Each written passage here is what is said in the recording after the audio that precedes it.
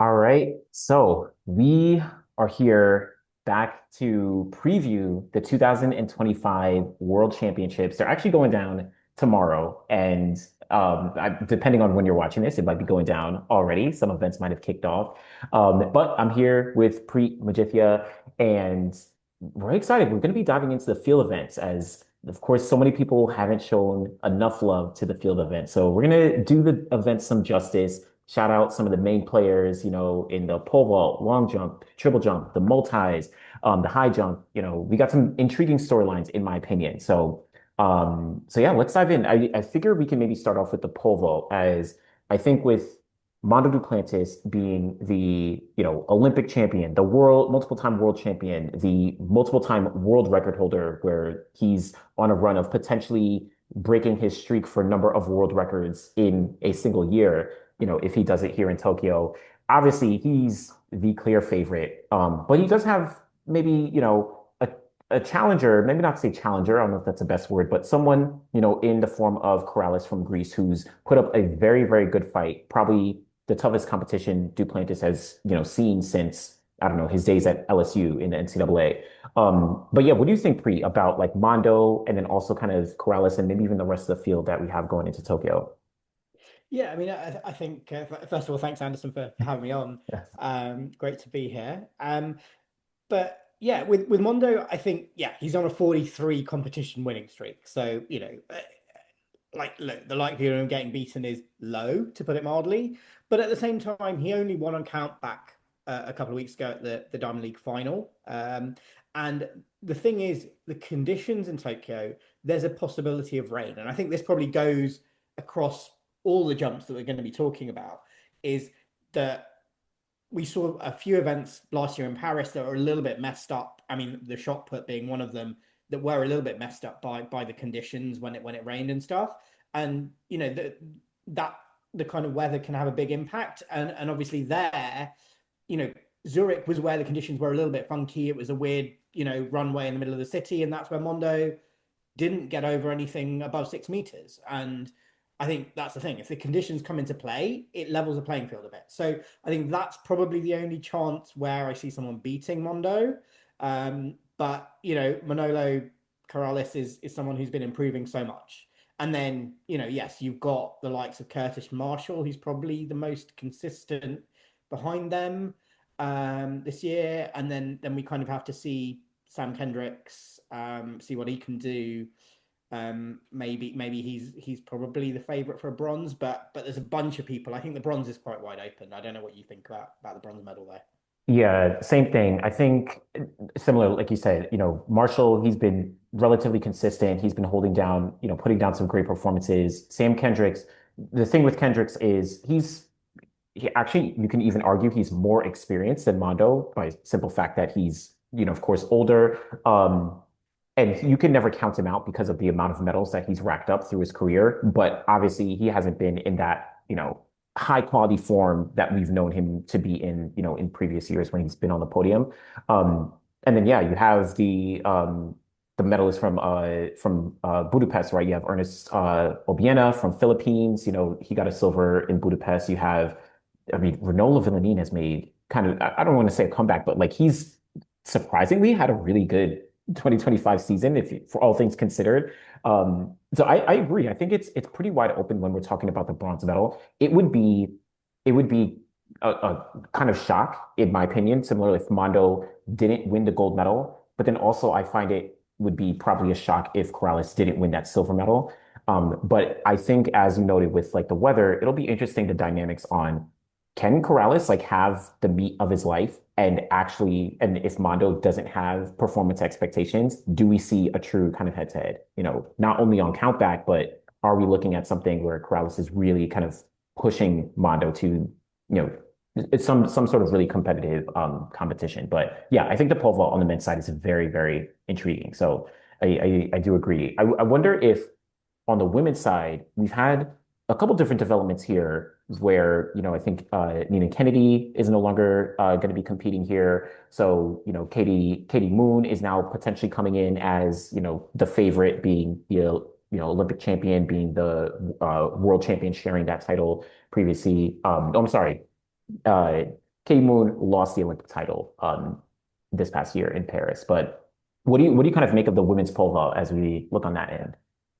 Yeah, obviously, I think there the Americans, and I was at the USATF press conference this morning where Katie Moon was there, and she was asked about the US prospects in general, and I think there you've got four people, all of whom could win gold on the team, and I think that's a pretty crazy thing to say. The world leader is Amanda Moll, 491. Obviously, she jumped that indoors in an NCAA meet and she hasn't kind of reached those heights since, but she's got that capability. She's proven that in competition this year. And her twin Hannah Moll is not far behind her. And then Sandy Morris is the most experienced one out there, and she's won medals and she won USA's. So I think all of these athletes are really kind of out there. And Katie Moon, she was battling injury, I think, earlier in the season. I been performing consistently now in the latter part of the season, which is really good. And obviously, as a Brit, I'm rooting for Molly Caudry, who she was kind of looking like a really strong medal contender coming into Paris last year, and she had a bit of a nightmare in qualification there, and she kind of picked the wrong strategy really. And she's maybe been struggling with something this year. She's kind of entered quite a lot of competitions and then pulled out. But when she has competed, she's actually jumped really well. So, she's been jumping 480 a few times when she has competed. So I think she's in good form. So hopefully she can put it together on the right day this time. And then Angelica Moser is someone who got the bronze last year in Paris, I think it Hmm. was. Yep. And she wasn't looking so great earlier in the year, but she has now kind of jumped 480 again more recently. So I think she's back in the conversation as well, where she maybe wasn't a little bit earlier in the season. Yeah, yeah, I completely agree. I think, as you said, the Americans have some pretty good chances here looking at the podium, but there is the opportunity for some, not even some spoilers, but as you said, all those women in the conversation can truly end up on the podium, and I wouldn't be surprised if you see something like an American sweep, or you see, maybe Katie and then two other athletes, or you see, one of the Mall sisters and then another athlete or Morris or whatever type of combination. It wouldn't be a surprise to actually see something like that on the when we do look at the pole vault. So that'll be an interesting one to definitely keep an eye out for. I want to maybe switch gears and talk about the women's long jump a little bit here, as I feel like in this case, we have a clear favorite in Tara Davis-Woodhall. She's the Olympic champion from last year. She was the silver medalist from Budapest in 2023. She owns the world lead at 7.12. She's been so consistent over 7 meters over the past couple of years. And not only has she been consistent in terms of setting 7 meters and like, of course, now, getting on the podium, but she's also been consistent with these clutch jumps where you've seen her at, foul her first two jumps, at USA's this year, similar Olympic trials last year. But then that third jump, she's on it, and then she just cruises through the rest of the competition. So I think most people will probably agree, Tara Davis-Woodhall is the gold medal favorite. It might be a slight shock if she doesn't win that gold medal, but I also feel that behind her, you have a very, very competitive set of women who are going for the silver and bronze medals between the former Olympic champion in Malek Mihambo, between Larissa Iapicino, who hasn't gotten a medal on the global stage yet, but she's last year she was very consistent on the circuit. This year she's been consistent, has already jumped over 7. Claire Bryant, the world indoor champion. So many women. I wonder how you kind of like parse out the women's long jump in this case. Yeah, it's a tough one, right? I think Larissa Iapicino has probably been the most consistent jumper on the circuit this year because Tara Davis-Woodhall's only competed 4 times this year. That's Yeah. that's the one thing. She's not competed since USA's, and the long jump's a rhythm event. So we don't know whether she's been dealing with something or whether actually she's just been locked in on training. She didn't want to come out to the European circuit. It could be either one of those two. Um, but and she's proven she can jump 7 meters at will right now. But at the same time, Iapicino is the best of the rest at the moment, I think, just about. She's been pretty consistent in terms of winning competitions or placing really well. Whilst pretty much everyone else has been much more inconsistent, I think. So I think she's got a slight edge. She, interestingly, for people that might not know, is the daughter of Fiona May, who was the um, two-time world champion and two-time, I think, Olympic silver medalist in the long jump. So she's, comes from good heritage there. Malaika Mahamba obviously has got the best resume out there with, a couple of world titles and the Olympic gold in Tokyo. So, and she's kind of struggled a little bit. She missed injury in 2020, missed worlds in 2023 with injury, and then got silver last year. I think she's someone who can pull out a clutch shot. Like she's someone, if she has a good day, she is, up there with Tara Davis-Woodhall. So I wouldn't be surprised to see her come through. But at the same time, again, she just hasn't been her consistent self this year. So it's hard to know what to expect. And yeah, Claire Bryant definitely is someone I think who's got a lot of potential. And she's just, first professional season and she's done so well. I wouldn't put it past her to jump onto the podium. And I think, behind there's just a lot of people who are in that third, fourth, fifth, sixth kind of category. And whoever has a good day, I think, could come out on top. I'm also quite excited about Jazz Sawyers coming back from injury. She jumped 7 meters in 2023 and then got injured, and has come back and jumped 680 a couple of times. So she's like been rounding into form, like coming back from a really severe Achilles injury. So that's been really good to see, and she can potentially get herself up there as well.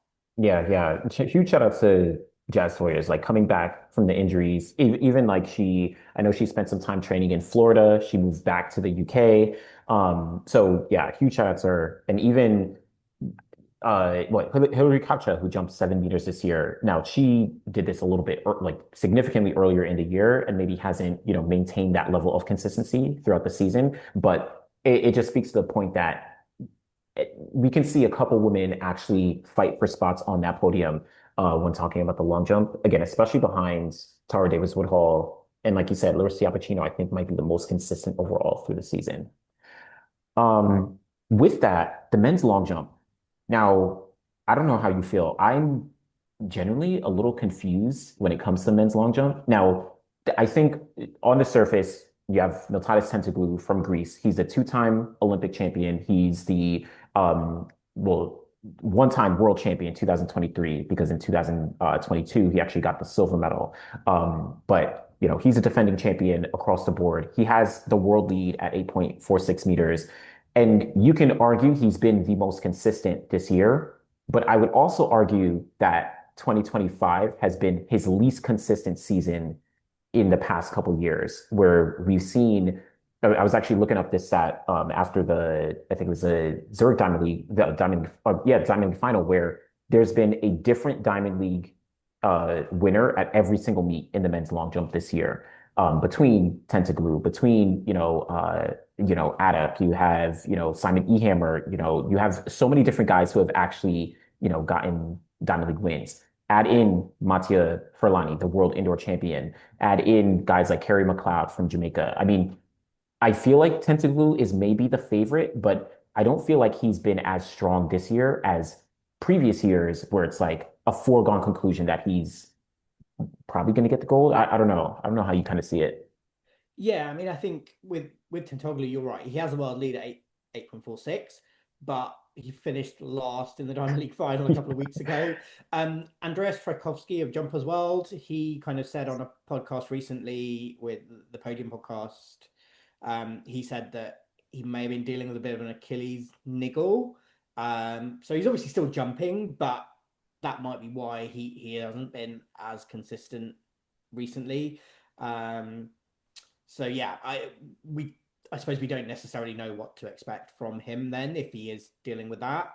And then behind him, yeah, it's pretty wide open. I think obviously Wayne Pinnock, who won silver, is not competing because he's one of the Jamaicans who's changing allegiance to Turkey. And then you got Mattia Fulani, world indoor champion. He silver medalist last year, bronze medalist last year, Yep, bronze bronze. medalist last year. Bronze, yep. And yeah, he's second furthest jumper in the year, but again, he's also not consistent, right? Yeah. His furthest jump in his last three competitions is 8.13 meters, and that I don't think would be enough for a medal. So it's just hard to know, right? Liam Adcock from Australia has had a bit of a breakout season, so he's Yeah. someone who I kind of like. He's a lot of fun. He does his cartwheels and all sorts, and he's yeah, wears this fun uniform with a tie printed on it and stuff. So love him. So yeah, who knows? And then you've got Simon Ehammer or Ahammer, who is doing the long jump decathlon double in Yeah. at Worlds, and he just won the Diamond League final. So he's someone who can pull out big jumps as well, not necessarily consistently, but he's Mhm. very capable and he can win competitions doing it. So I wouldn't rule him out as well. Yeah, yeah, definitely agree. Tajay Gale, 2019 world champion. He's dealt with injuries in the middle of the season, but he'll be at Worlds. It's a very interesting competition. I do think though, Tentaglue, I feel like he is in the driver's seat. Also, even considering, I don't think he did it last year in Paris, but I think 2023 in Budapest, he had a clutch last round jump to get the gold medal Yeah, over Wade Pinnick. it, he has that clutch ability, but that's the thing that appears to have been missing a little bit this year, and that's Yeah. where obviously he failed to medal at World Indoors, and then as I say, like Diamond League final, like he hasn't pulled that out as much this year. So I'm not sure whether it's there this year, and we just don't know. Yeah. It's crazy. We have no idea. And he I know he like was switching sponsors and all kinds of things. So all kinds of things were kind of going on in his 2025. But I think, a lot of people will have their eyes on Tentacle as we kind of, get the championships going.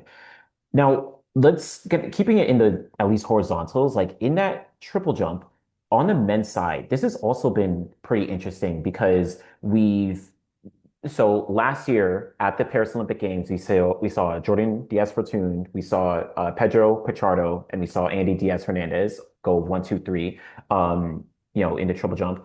This year, Jordan Diaz-Fortune, he only jumped once this year, very recently, I think winning his national title, and he jumped 17, 16 meters in the triple jump. So nowhere near the 18-meter jump he had last year, at the European Championships. Andy Diaz-Hernandez, he's the world indoor champion, but then he took some time off, if I'm remembering correctly, kind of mid-season. Um, but he came back and was able to, go to the Diamond League final and compete pretty well there. Um, Pedro Pichardo, he also competed relatively well at the early part of the season at the the Diamond Leagues out in China, but then he took some time off as well, but then came back to the Diamond League final and jumped there. So Jordan Diaz-Fortune, question marks. You even have Hughes Zango, the defending world champion, I think this is his final year. He's going to be retiring, from my understanding, this year. And he pulled out of the Diamond League final. Little question marks. I mean, this is also maybe, and I can't forget about Jordan Scott from Jamaica, who has probably on paper been the most consistent triple jumper this year. But he's not necessarily hitting marks that like Jordan, Andy, or Pedro have hit in their career, but he's been able to take advantage of maybe a mixed event this year. But yeah, what are we kind of looking at with the triple jump from your perspective? Yeah, it's exactly as you said. It's completely up in the air. It's been a little bit of a no one's been kind of going crazy, but Andy Diaz Hernandez of Italy is, you know, I think he does go in the favourite. He's probably competed more and more consistently than anyone else. Pichardo's only competed 4 times this season. Diaz Fortune's only competed once, and Zango has competed a fair bit, but he hasn't looked great in most of his competitions. Although he does have a 17.21 meter Yeah, season's best, so he it's hard to know. And obviously we've got a couple of wild cards in there. We've got world indoor silver medalist from China, Yaming Zhu, yeah, and the number 2 furthest jumper in the world this year, Ruting Wu. But they haven't competed outside China really, so we don't really know how they stack up in kind of a more international competition, and they could be complete wild cards coming in. So yeah, I think the most fun thing about the triple jump, and it's a real shame, Juan Miguel Echeverria of Cuba missed the World Championships by one spot, which is really devastating because he's been coming back for injuries. He was out for nearly 4 years. He was the Tokyo silver medalist, I Silver think. medalist in Yeah, Tokyo. and he's, as I say, he's a magical talent. He's done 8.68, I think. Sorry, 18. Uh, Oh, you know so what? sorry, this See, is long jump. Sorry, long jump, long jump. I'm No, talking long jump. Sorry, but no, this no, is something I no, meant to bring up on the long jump. But he no, was, no, no. yeah, But yeah, he continue. missed it by one. He missed it by one spot, so he would have been an Mm. interesting person to throw next. But anyway, go back to the triple jump. Uh, No yeah, worries. yeah, I think yeah, it's wide open. I think we've got Will Clay from the US, who's kind of a stalwart. But yeah, and Tricky of Algeria is another one I think Yes, Tricky is is another one. He did really well at the Diamond League final. I think he just missed his personal best by like 1 centimeter. So it's essentially like he's getting into very good form, at the right time. So he can be a contender. And even like you said, shout out to Will Clay. Will Clay, I'll be honest, Will Clay, Christian Taylor, that's like kind of the era of like when I got into the sport of track and field. And Will Clay's still competing now. He's Olympic medalist multiple times over in both the long and the triple jump, as well as world, medalist. So you can never, count him out, though, of course, he's not hitting those marks that he was hitting, earlier in his career. And also shout out to Salif Mane from the United States as well. He won US trials last year to get to the Olympic Games, and I forget he finished somewhere either fifth or sixth or something like that at the Olympic Games last year in what was one of the greatest triple jump competitions in terms of like the depth of marks. But it'll be a very, very open and interesting kind of competition.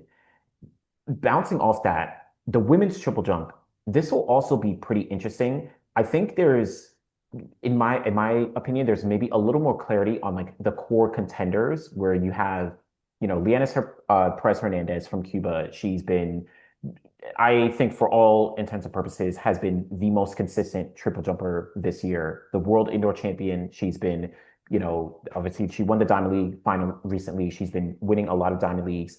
Then you also have, Povea, who is her countrywoman, also from Cuba, who won the world indoor silver, also was, second at the Diamond League. You have Thea Lafon from Dominica, who's the reigning Olympic champion, has jumped 15 meters last year. Jasmine Moore from the United States, Olympic, bronze medalist in both the triple and the long. Shanika Ricketts, Olympic silver medalist. And then I guess the question mark is Yulimar Rojas, who was injured last year in 2024, competed. I think actually she might not have competed in the triple jump this year, but I think she attempted to compete in the long jump, but didn't get a mark at some point this year. But she's a world record holder. She's, she's the GOAT of the event. So whole different situation where if she's in form, then it's hard to say that someone will actually beat her. But you don't come back after an Achilles injury, after like surgery, without potential question marks. So this is an interesting women's triple jump that we're looking at when it comes to Tokyo here. But what do you think? yeah, absolutely. Like, we don't know what Rojas is going to do, and if she's fit or not, and that's just such a big wild card. Because if she's even 80%, she can win this, right? And so, but yeah, if failing that, Perez Hernandez, as you say, is by far and away, I think, the top jumper. And yeah, I mean, I think Thea Lafond, I heard her kind of talking in the Zurich mix zone, and she seemed pretty positive about where she is and that she is finally rounding into form after a tough kind of season. And that she hasn't been where she wanted to be, but she is kind of coming through. So um, that she's kind of quite pleased with that. So that sounds promising, I think. So maybe she'll be able to pull something out. Shanika Ricketts, I think, is someone who's a perennial silver medalist, and you kind of want her to win gold. If the field's fairly wide open. Jasmine Moore, I feel like she just hasn't got the distances this season. That's the bit that I'm a bit nervous about with her. Obviously, she got those medals last year at the Olympics, but this season, like the distances haven't quite been there in competition, and I struggle to kind of the women's triple jump hasn't been strong, so you just don't know. Like you only need a moderately good jump to kind of get up there. But I feel like that's the thing that she's a little bit been missing. And obviously there's the other Cuban purveyor who's been pretty consistent as well.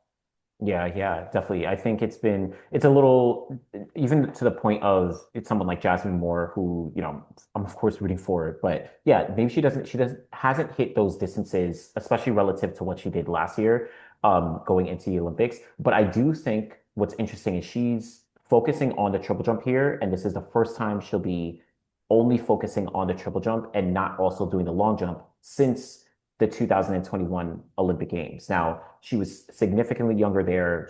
I think she was still competing at the University of Georgia. She wasn't even at Florida at that point, and she wasn't the athlete that we know her as today. So, she can potentially step things up.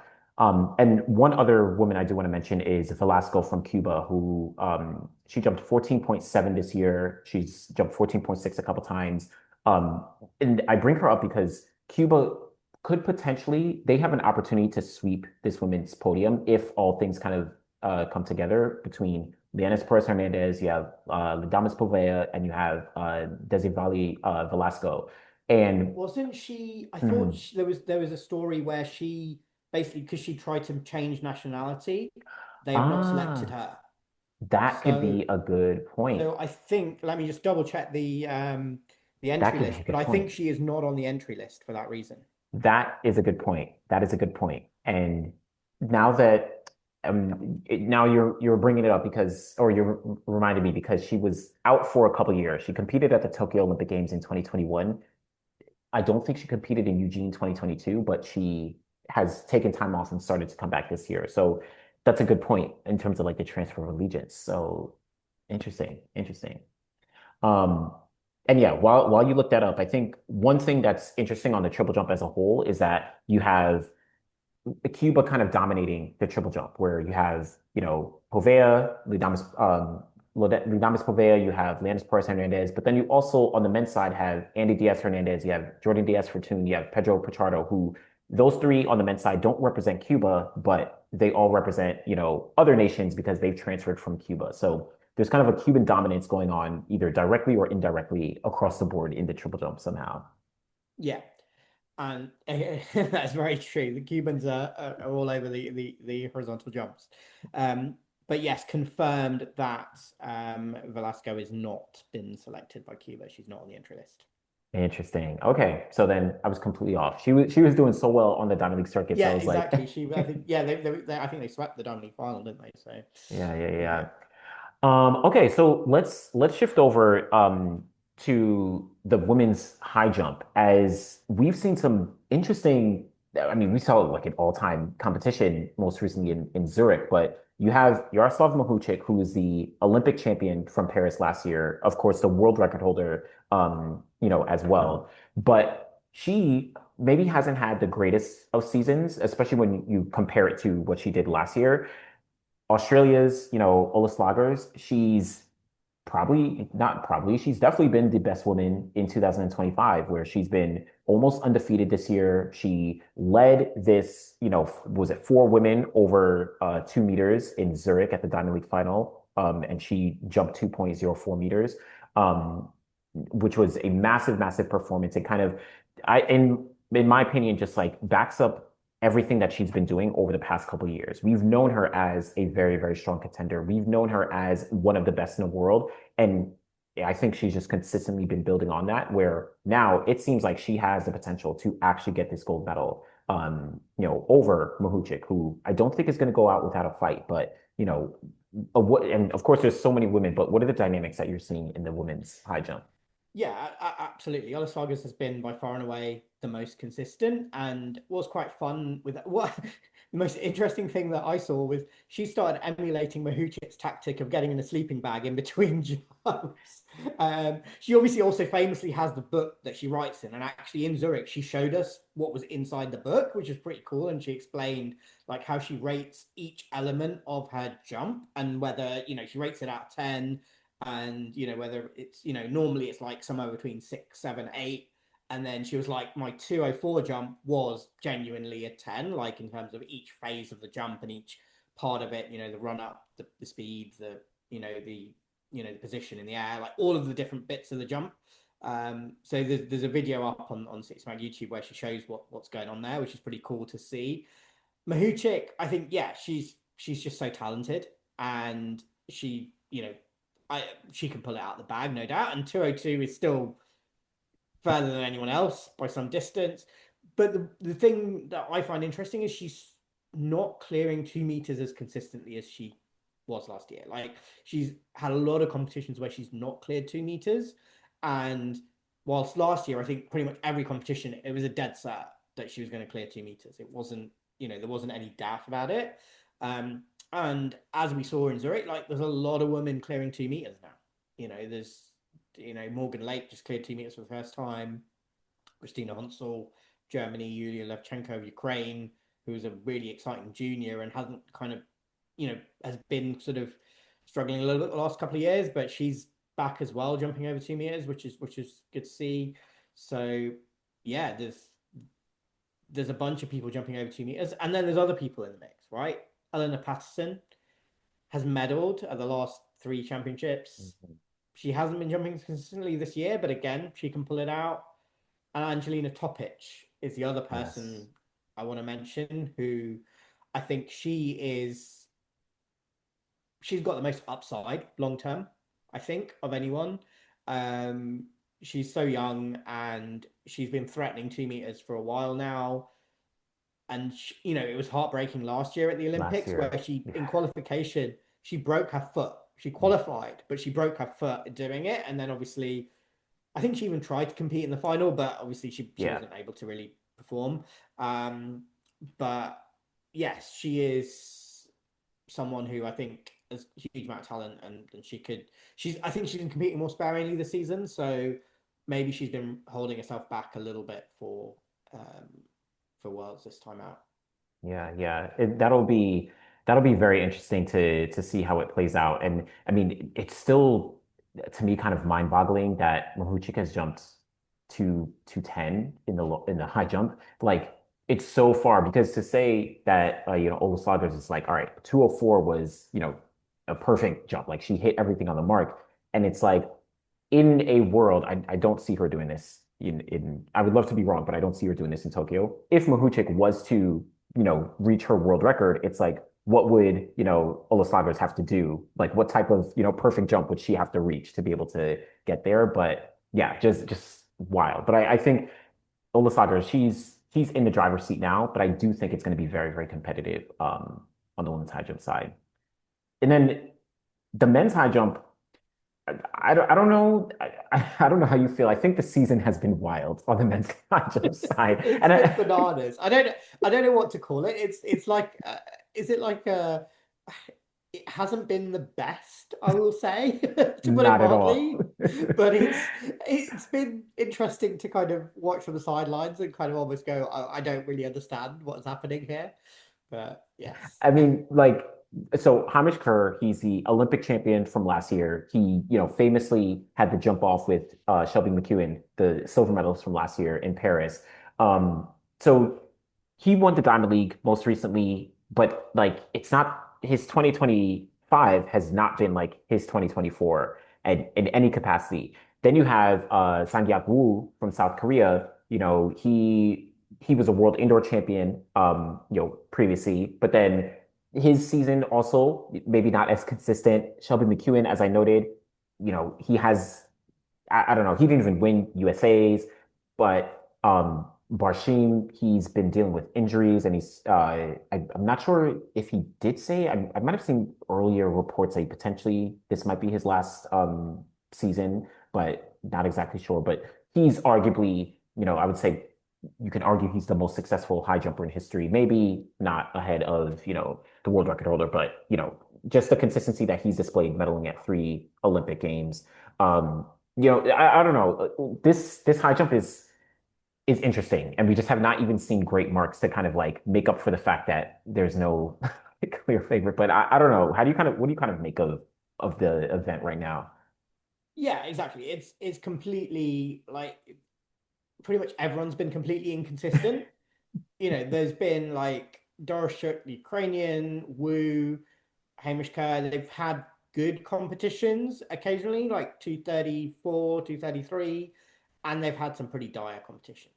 And it's hard to know, right? Like which version of them is going to turn up on the day, and that's what it, am I worried is that a medal gets won in something silly like 225? Like that's not what we want to see. I really hope that doesn't happen, and I hope they all bring their best to the worlds. But the way this season has been, like there's been diamond leagues where 225, 227 has been like winning it. Like Yeah, it's been, or it's not really been a vintage year. And there have, as I say, been some good competitions, and Hamish Kerr doing 233 was kind of good. He did that in Poland a few weeks mm, ago.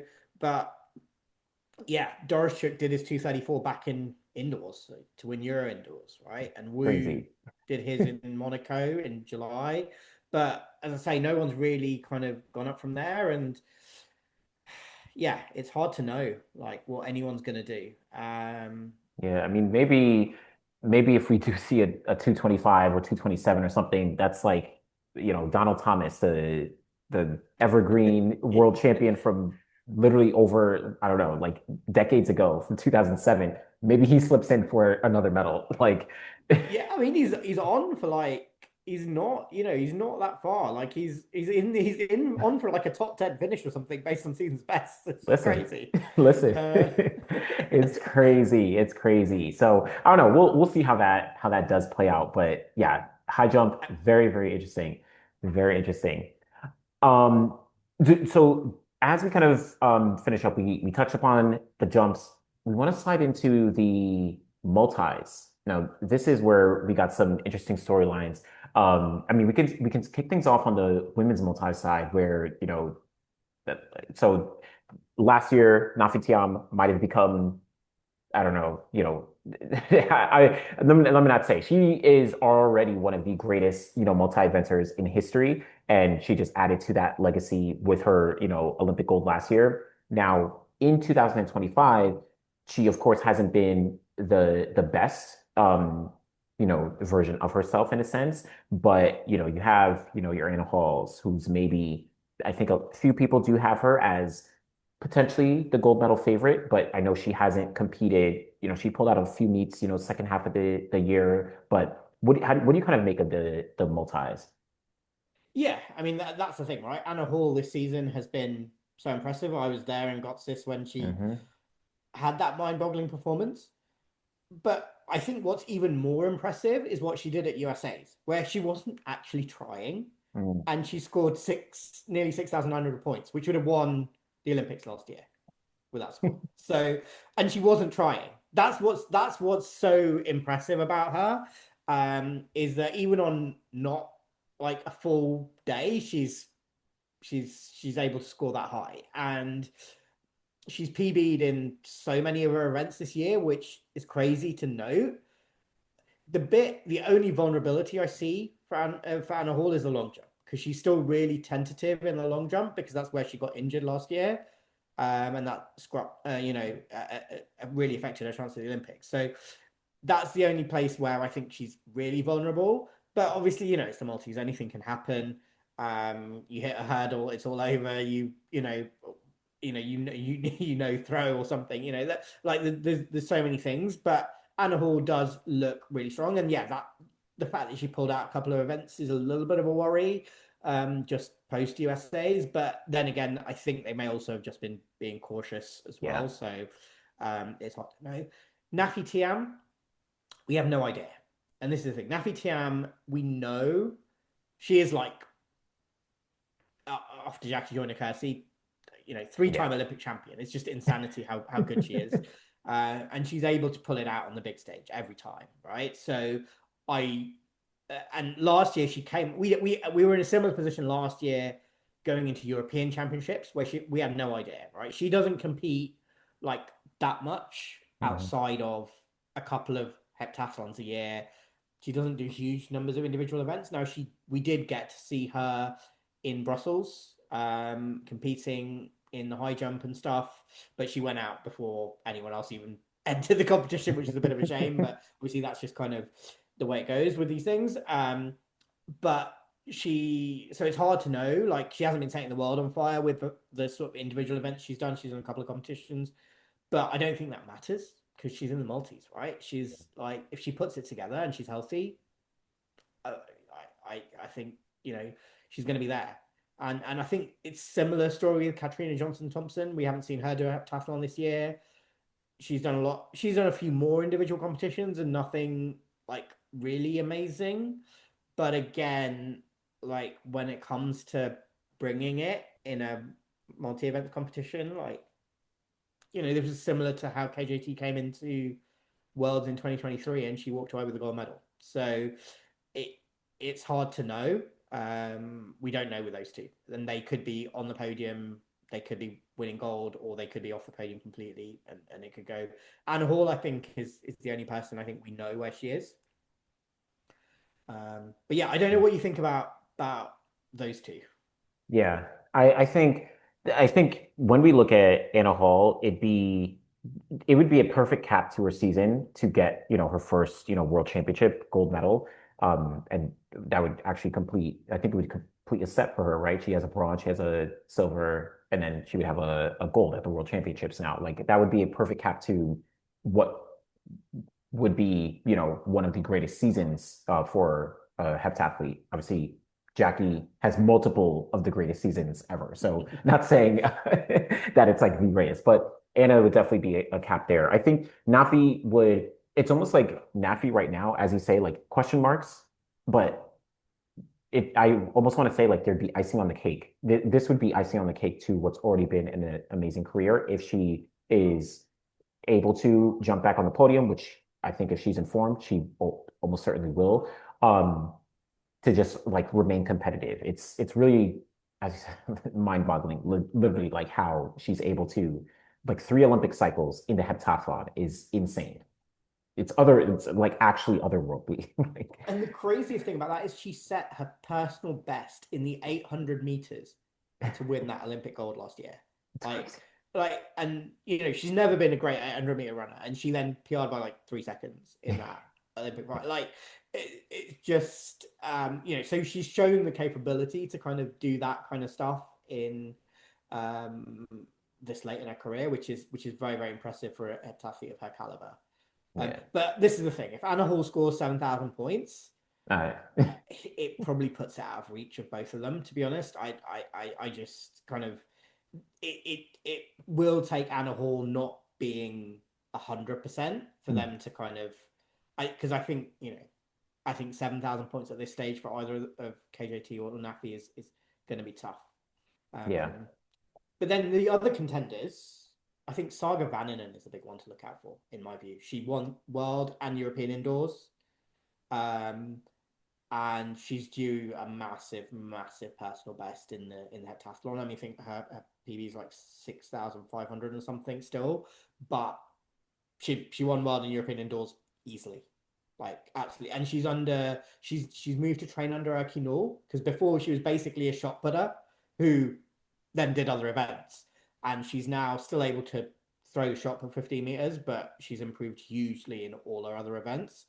And I think if she puts it together, she could. I think she's the one most likely to end up on the podium, and then Sophie Doctor is the other one who's kind of came second behind Anna Hall and Gotsis, and second behind Vannanen at Euro Indoors. So she's the other person who's kind of 23 coming through rapidly as well.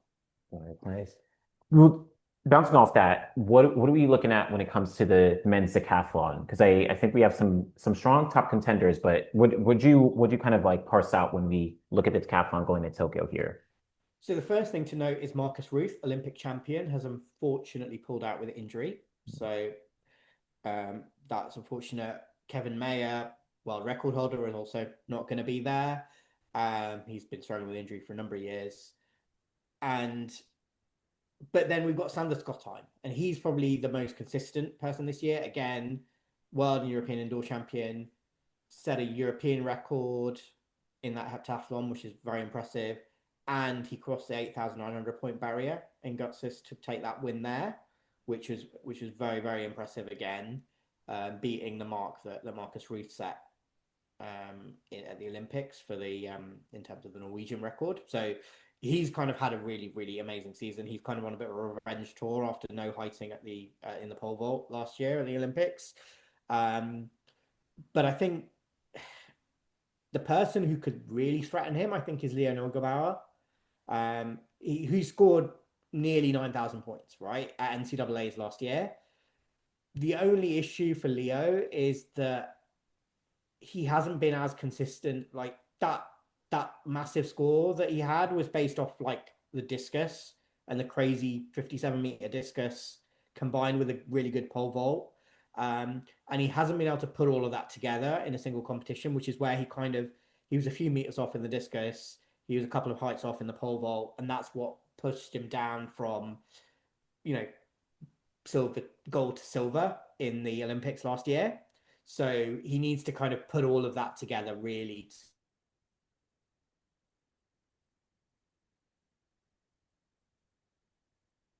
A really good season. He had a really great competition at USA. He's building on a good competition at Gotsis. So I think he's someone we should be on the lookout for. And obviously between him, Leo, and Aidan Owens-Lerme, who came fourth in, was it Budapest or in Budapest. Eugene? They've been kind of, they had this NCAA rivalry that was crazy, Yeah. and they're sort of bringing it to the global stage now, which is really cool to see. Pierce Lepage, defending champion, has been struggling with injury, so not expecting too much out of him. He did compete in Gutsis and he was really struggling, but he's obviously going to be there, so hopefully, you never know. And Damien Warner is the Tokyo Olympic champion and is really, he also was struggling a little bit, but these are the kind of athletes that can, on their day, we've got 5 of the top 10 in history in this competition. So, they're all insanely amazing athletes, and you never know what they can pull out. Yeah, man. So this is going to be very, very competitive, and it'll be interesting to kind of parse through and watch how the competition plays out. So before we do close out, we did get a little bit of breaking news. I guess we can talk about it since we're covering the field events, but very interesting. But we see that we just got notified that Mike Powell, who's the 1991 world champion in the long jump, actually in Tokyo, which is where we're at right now, the world record holder in the long jump with his, which he did again in Tokyo, the 8.95-meter jump, breaking the legendary world record, set by Bob Beamon back in 1968. But Mike Powell has been suspended by the athletics integrity unit, and it's quoted saying, World Athletics has suspended Mike Powell from the United States indefinitely for a safeguarding concern following a referral by the AIU. And so this is pretty surprising. I don't know, this doesn't mean that, well, obviously Mike Powell is a retired, athlete for those who aren't familiar. He's, again, world record holder, former world champion, former, I think, 2-time Olympic silver medalist from Seoul 1988, from Barcelona 1992. And he has a couple other, world championship medals as well. He might have had another gold as well. So he's, far removed from the sport in terms of competing, but he's still been involved in the sport in different ways. But they just on Twitter, they say Powell is suspended from World Athletics sanctioned activities and activities in athletics, including no accreditation or credentials at World Athletics series events or any competitions or events organized or sanctioned by World Athletics or any area association, member federation, and no attendance, et cetera, et cetera. So it seems like he's suspended, and there could be appeal. This is, again, just like immediate news. I guess this is really interesting. Very few details in terms of what this may have been in regards to, again, safeguarding concern. but I guess it's interesting that, and maybe unfortunate, or I don't know the details in a sense, but the fact that the World Championships are returning to Tokyo for the first time since 1991, and probably you can argue one of the, if not the greatest performance from that World Championships, that athlete is not having the opportunity to come back here, and compete or and to be at these World Championships. But I don't know. Again, this is just like kind of initial breaking news. But what Yeah. are your thoughts, So, Preet? so the only thing I'll say, so doing my research, he is currently the coach at Azusa Pacific, Mm, uh, in California, where he's been yeah. coaching since the fall of 2022. So I think that's the Mm, only information I can find of what he's doing now. So I guess could well be something related to that, but we don't know at this stage. But yeah, obviously quite a shocking thing to come out on the eve of the World Championships being back in Tokyo and kind of yeah, the place where he broke that world record. But yeah. yeah, never great to see or hear things like this in the Yeah. sport, unfortunately. Really interesting news. But maybe over the next couple days or weeks, or over the next couple months, however long, we'll maybe get some more information and see what's up. But so yeah, overall, that was the jumps and the multis at the Tokyo World Championships. Again, we are literally on the eve of it. By the time this comes out, you may again have already seen some events. It may be right before the events kick off. We are in Tokyo. Myself, the rest of the Citius Mag crew, Chris, Paul Flahony, Mitch Dyer, Matt, like we have the whole crew here in Tokyo. We're going to be bringing you literally around the clock coverage between all the updates on Instagram and on Twitter, all the interviews, that we post on the YouTube channel. We're gonna have post-race shows literally after every single session. Eric, Mitch, they're gonna be covering things for Good Morning Track and Field. We're gonna have some, potential surprises in terms of like interviews and different things with athletes outside of the mix zone as well. Shout out to ASICS who is holding us down here while we're in Tokyo for the entire week. So we literally have you covered for Citius Mag at these World Championships, so they won't be missing a beat. But yeah, this is going to be exciting, and I'm glad we can hold down the field events for for the event because they don't get as much love as needed. So yeah, yeah. Well, always appreciate y'all and definitely make sure y'all tune in. We got these world champs on deck. Thanks, y'all.